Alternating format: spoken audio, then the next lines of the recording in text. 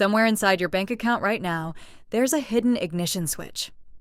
And the day your thumb finds it, without you even realizing, the entire machine of your life shifts gears without a sound.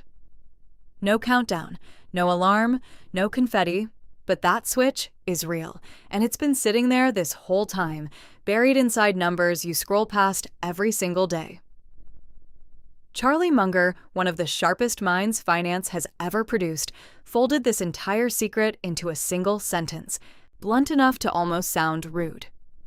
And hidden inside that sentence is the answer to a question keeping millions of people awake at night. How much longer do I actually have to bleed for every dollar I make? There is a specific moment, with a real date, a real number, a real name, when your money stops idling in neutral and slams into a gear you can physically feel. It never asks for a day off. It never loses focus. It never runs out of energy at 11 at night after a brutal shift. It works while you sleep, while you argue with your boss, while you simply live your life. Most people spend years with their foot pressed flat on the gas, convinced that's the only way the car will ever move. And they climb out of the driver's seat in the exact moment the engine was finally about to take over the work for them. This story exists because of that quiet, perfectly timed tragedy. Today, I'm going to show you exactly where that switch is hiding inside your financial life in 2026. The precise number that separates survival mode from a life where the engine runs on its own, and what really happens the second you cross it. Stay with me until the end, because the answer might be a lot closer than you think. I'm Megan, and after years buried in financial data, human psychology, and the quiet mechanics of how real wealth actually gets built, I learned something school never bothered to teach us. They showed us how to solve for X, but nobody ever explained where the line sits between working for your money and finally having your money work for you. That's exactly what I want to hand you today. This video isn't about getting rich overnight. It's about understanding one simple piece of math almost everyone ignores. Math that, once you actually see it, changes the way you look at every single dollar that lands in your account. I'm going to show you the exact number, what life looks like before it, what changes after it, and why so many genuinely hardworking people give up right before it finally starts paying them back. But before we get into it, I need to ask you for something. If you made it this far, some part of you already senses something bigger is waiting for you financially, and this channel was built for exactly that person. Hit subscribe right now, because every week I bring you real stories, real numbers, and the kind of financial truths most people never bother explaining. Drop a like too. It costs you nothing, and it helps this reach the people who genuinely need to hear it. And I want to try something different today. Down in the comments, tell me, what country and what city are you watching from right now? I love seeing exactly how far these stories travel, and I want to know who's actually sitting on the other side of this screen with me in this exact moment. Now come with me, because the story I'm about to tell you is going to show you exactly where that invisible switch is hiding, and there's a real chance you've already flipped it without ever noticing. Here's the part almost nobody says out loud. For a long, unglamorous stretch of your financial life, you are the engine. Every mile of progress comes from your own effort, your own restraint, your own two hands turning the key over and over again with nothing to show for it. You earn it. You resist spending it. You shove it somewhere it can quietly grow. In this phase, how much you save is the entire story, because your account is still too small to generate any real horsepower on its own. But money isn't built to stay idle forever. Once what you've invested crosses a certain size, it starts producing more than your own monthly contribution ever could. That handoff is the switch I'm talking about, and the moment you flip it, your money clocks in and starts doing more of the heavy lifting than you do. Don't misunderstand me here, because that early grind is real, and skipping it isn't an option. Munger wasn't being harsh when he called the earliest stretch the hardest part of the whole climb. He was just being honest about the arithmetic. When your account holds $10,000, a genuinely strong year in the market might hand you back $700.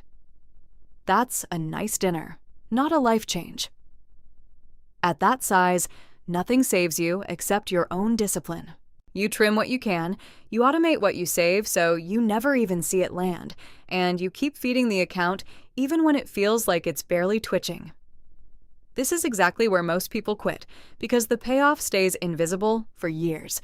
The ones who make it through aren't smarter or luckier. They just stay in the seat long enough for the second half of the story to arrive. Let me tell you about a woman named Danielle, because watching this play out in a real life makes it land differently than any spreadsheet ever could. Danielle started with nothing but an ordinary paycheck and a stubborn streak nobody could talk her out of.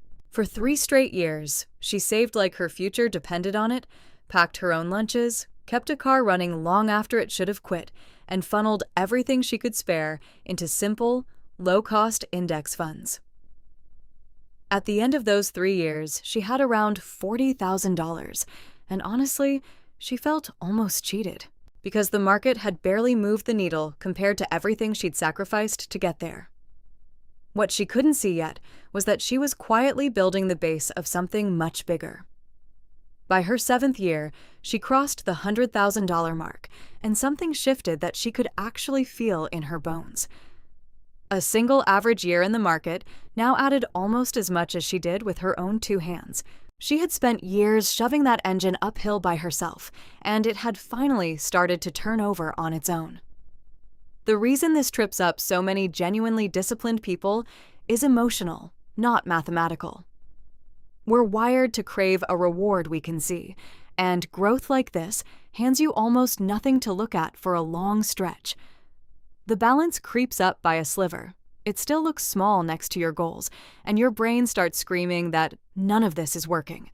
That feeling might be the most expensive emotion in personal finance, because it convinces people to walk away right before the curve finally bends upward. The defense is to be boring on purpose. Set your contributions to move automatically before you can talk yourself out of them, and then stop staring at the number every single day. Let the quiet middle years stay quiet. The people who build serious wealth are rarely the flashiest investors in the room. They're the ones who build a simple system, leave it alone, and let time do the one thing time is actually good at. So what flips at that switch? It comes down to 2 forces pulling against each other. The first is how much you physically add from your paycheck every month. The second is how much your existing money earns entirely on its own, without you lifting a finger. Early on, the first force wins easily, because a small pile earns next to nothing, and your monthly contribution has a hard ceiling built into it. You can only trim so much fat out of a salary before there's nothing left to cut. Your returns, on the other hand, climb every year, because they're a percentage of a pile that keeps getting larger. One force stays roughly flat, while the other keeps rising, and eventually they meet in the middle. The exact moment your yearly return matches your yearly contribution is the moment you found your switch. Picture a small engine you're cranking entirely by hand at the top of a hill. No fuel, no spark, just pure muscle. It barely turns over. That's the early years. But once enough fuel builds up inside the tank, one twist of the key and it roars to life on its own, and your job changes completely. You're no longer pushing it, you're just steering it and keeping it fed.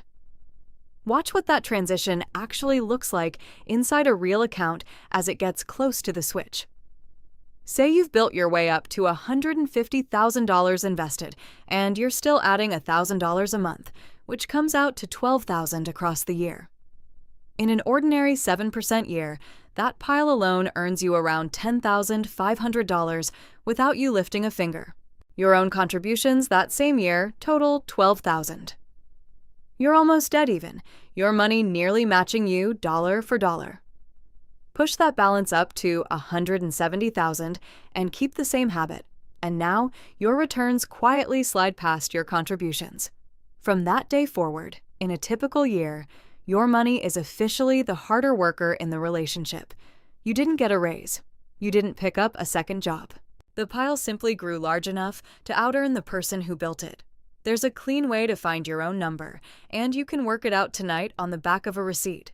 Take what you invest across a full year and divide it by the return you realistically expect to earn. Over long stretches of history, A broadly diversified stock portfolio has returned somewhere around 10% a year before inflation, closer to 7 once inflation takes its cut. Use 7 to stay honest with yourself. Say you invest $500 a month. That's $6,000 across the year. Divide $6,000 by 7%, and your switch sits near $86,000. Bump that habit up to $1,000 a month, and your number climbs to roughly $170,000. Push it to $1,500 a month, and you're looking at somewhere around $257,000. Notice that saving more actually raises your number, which sounds backwards until it clicks. A stronger saving habit simply means your money has to grow a little larger before it can out-earn a bigger version of you. It helps to know which accounts let this money grow fastest, because the tax code in 2026 is quietly on your side if you use it. Inside a workplace retirement plan, you can set aside up to $24,500 of your own money this year. Stack another $7,500 on top of that inside an individual retirement account, and every dollar in either one grows without the yearly drag of taxes chipping away at it. And if your employer matches any portion of what you contribute, take every cent of it, because a match is the rare thing in finance that doubles your money the instant it lands, before the market even opens for the day. I knew a guy named Marcus who ignored his company match for 6 straight years because the enrollment paperwork felt like a hassle, and he quietly handed away tens of thousands of dollars in free money that would have compounded for decades. Don't be Marcus. Free acceleration toward your switch is the easiest yes you'll ever say out loud. Now, let's finally make sense of Munger's number, because it stops sounding like folklore the second you run it through this same math. If you were earning the market's full 10% and setting aside somewhere around $10,000 a year, your switch lands almost exactly at $100,000. That figure was never magic. He didn't pull it out of thin air to sound wise. It was simply the level where, for a determined saver in his era, the market finally started earning about as much as the person behind it. He watched it happen inside his own accounts, and he turned it into a dare for everyone younger than him. Let me put some real numbers on the long game, because the second half of this story is genuinely hard to believe until you see it laid out. Take $100,000, add not one more cent, and simply let it sit at 7%. After 10 years, it grows to almost $197,000. Give it 20 years and it becomes roughly $387,000. Stretch it to 30 years with zero new contributions from you, and that same $100,000 turns into about $761,000. At the market's full 10%, that ending figure sails past $1.5 million. Same starting pile, same person, no extra effort required. The only ingredient added was time. Here's a shortcut worth memorizing, sometimes called the Rule of 72. Divide 72 by your expected return, and you get roughly how many years it takes your money to double. At 7%, your money doubles about every 10 years. At 10%, closer to every 7. That doubling is the engine you can't grind harder to build. You can only hand it more time. One honest warning before we go further, because I never want to sell you a fantasy. That 10% figure is an average stretched across nearly a century, and it hides some genuinely ugly stretches. The market has dropped more than 30% in a single run before, and taken years to crawl back. It doesn't hand you a smooth 7% every December like clockwork. Some years you'll open your account and it will be down, and it will feel like the whole idea was a lie. It isn't. That average only shows up for the people who stay seated through the rough years long enough to collect the good ones. Fees matter here too. A fund quietly charging you 1% a year sounds harmless enough, but stretched across decades, it can swallow a shocking chunk of your ending balance. So keep your costs low and your investments simple. Everything in this video assumes you're patient and you're not quietly bleeding money to fees. Honor both, and this switch is very real for you. If any of this is already changing how you look at your own accounts, go ahead and subscribe right now, because the second half of this story is where it gets genuinely freeing. Let me show you what happens on the far side of that switch, because this next part surprises almost everyone. Picture two people who both cross their number at $200,000 and then live very differently for the next 25 years. Elena keeps her foot flat on the gas. She invests $1,000 a month, every single month, no matter what life throws at her. Marcus, a different Marcus, eases all the way off. He never adds another dollar and simply lets his $200,000 ride at 7%. 25 years later, Elena sits on roughly $1.8 million. Marcus, who stopped saving entirely the day he crossed his line, still lands just over $1 million. Here's the part that stops people cold. Elena poured in $300,000 of her own money across those years, and all of that effort bought her about $750,000 in extra ending wealth. That gap is real, and it's genuinely worth having if you can manage it, but look hard at what carried the actual weight. Marcus saved nothing at all after his switch flipped, and his pile still grew more than 5 times over, purely on returns. Past your number, the market is the senior partner, and your contributions are the junior one. I want to be straight with you here, because this is exactly where a lot of finance content quietly misleads people. Saving more never stops helping. In raw dollars, Elena is clearly better off, and if you can keep feeding your investments, you absolutely should. What changes isn't whether saving works. What changes is how much of your growth comes from your own effort versus how much comes from time itself. Early on, almost every dollar of progress is you. Past your switch, most of it is the money working on its own. So grinding twice as hard on your savings rate, cutting your life down to the bone to do it, buys you a smaller and smaller slice of the final outcome the further along you get. When you're just starting out, doubling your savings can nearly double your future. Once you're well past your switch, doubling your savings might lift the ending number by 1/3 or so, while the market quietly handles the rest without ever asking you for anything. So if saving harder matters less once you've crossed the switch, what actually matters more? 3 quiet things take over the job. The first is simply not selling. I knew a woman named Sabrina who spent 15 patient years building a genuinely strong portfolio, then watched it drop almost 20% in a rough stretch and moved everything to cash right at the bottom. She protected herself from a loss that only existed on paper, and by doing that, she turned it into a real one, then missed the recovery that arrived just months later. A single moment of panic undid more than a decade of discipline. The second thing that matters is staying invested through the boredom, because the biggest gains tend to land inside a small handful of years you can never predict ahead of time. Sit those few years out on the sidelines, and your whole result quietly collapses. The third is keeping your money somewhere it genuinely compounds. A giant balance sitting in a plain checking account never crosses any switch at all, no matter how large it grows. There's a mirror image to all of this worth a warning of its own. Compounding doesn't only work in your favor, it works just as hard against you when you're carrying high-interest debt.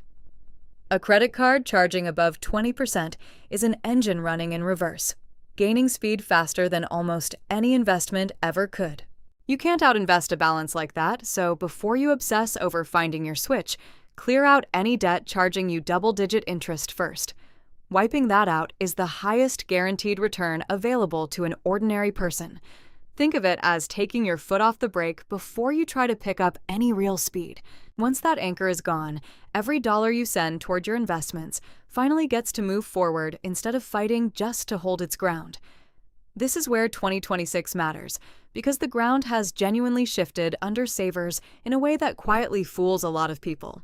Right now, the best high-yield savings accounts pay somewhere around 4%, while the average ordinary savings account pays about 1/3 of 1%. 4% sounds close enough to the stock market that plenty of people talk themselves into parking real wealth there and calling it done. But cash doesn't compound the way ownership does. Inflation this year has been running near 2.7%, and it quietly eats most of what a savings account hands you. The switch we've been talking about only works on money that's actually invested and growing, not money sitting still so you can feel safe at night. That single distinction is the whole game. The people who reach their number are almost never the ones with the fattest savings account. They're the ones who let their money own things that actually grow. Now set all of this against where most people actually stand today, because the real figures are sobering. The typical household under 35 holds under $19,000 in retirement savings. By the mid-50s into the mid-60s, the median only climbs to about $185,000. Meanwhile, survey after survey keeps finding that people believe they'll need somewhere around $1.5 million just to retire comfortably. That gap is frightening, and fear pushes people straight into the wrong move. They assume the only answer is to save even more brutally, to squeeze harder, to sacrifice a bigger piece of their present. For anyone still climbing toward their switch, that instinct is exactly right, and you should honor it completely. But for the person who already crossed their line years ago and never noticed, most of that extra sacrifice is simply wasted. I think about a man named Richard who worked double shifts deep into his 60s, terrified he hadn't done enough, never once realizing his invested money had long ago passed the point where his own labor was the smaller half of the equation. He spent years buying a security he'd already owned for a decade. There's one more trap worth naming, because it quietly drags people back down the hill after they've already climbed it.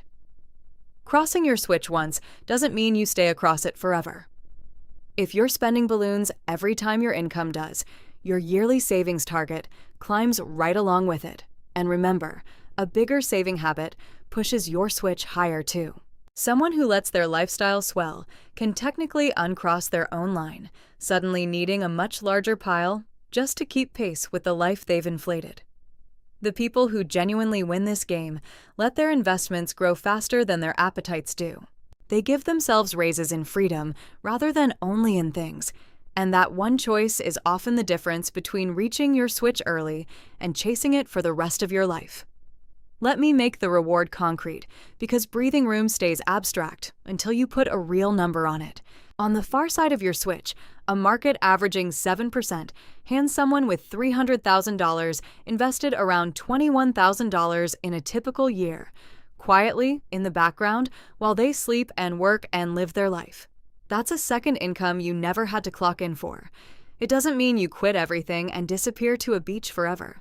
It means the pressure changes shape entirely. You can absorb a surprise expense without spiraling. Walking away from a toxic job becomes an actual option because your money is no longer standing on the edge of a cliff. You get to say yes to the thing that genuinely matters and no to the overtime that doesn't. That's what the switch actually buys you. Not a yacht. Options. And options are the truest form of wealth most people never think to budget for. So the real message here isn't that saving suddenly stops mattering. It's that your effort and your money trade places at a specific, findable moment, and knowing when that moment arrives should change what you do with the rest of your life. Before the switch, be relentless. Feed the account, ignore the painfully slow start, and get yourself across by any honest means you can find. After the switch, you've earned the right to breathe. You can take the job that pays a little less but leaves you a lot more alive at the end of the day. You can stop measuring your own worth by how much you denied yourself this month. That frantic chapter has an expiration date, and the quiet tragedy is that most people keep grinding for years after it passes, purely because nobody ever told them the switch was there. Now, you know how to find yours. Take your yearly investing and divide it by 7%, and that's the number that changes everything about how hard you actually still need to push. If this shifted the way you look at your own money, even a little, that's exactly why I make these. And I'd really love to hear from you down in the comments. Where are you standing on this right now? Honestly? Are you still grinding toward that first big number, or have you already felt that strange, quiet moment when your money started earning more than you? Tell me the number you're chasing, or the one you've already crossed, and the country and city you're watching from tonight. I read every single one, and your story might be exactly what keeps someone else from quitting right before their engine finally turns over.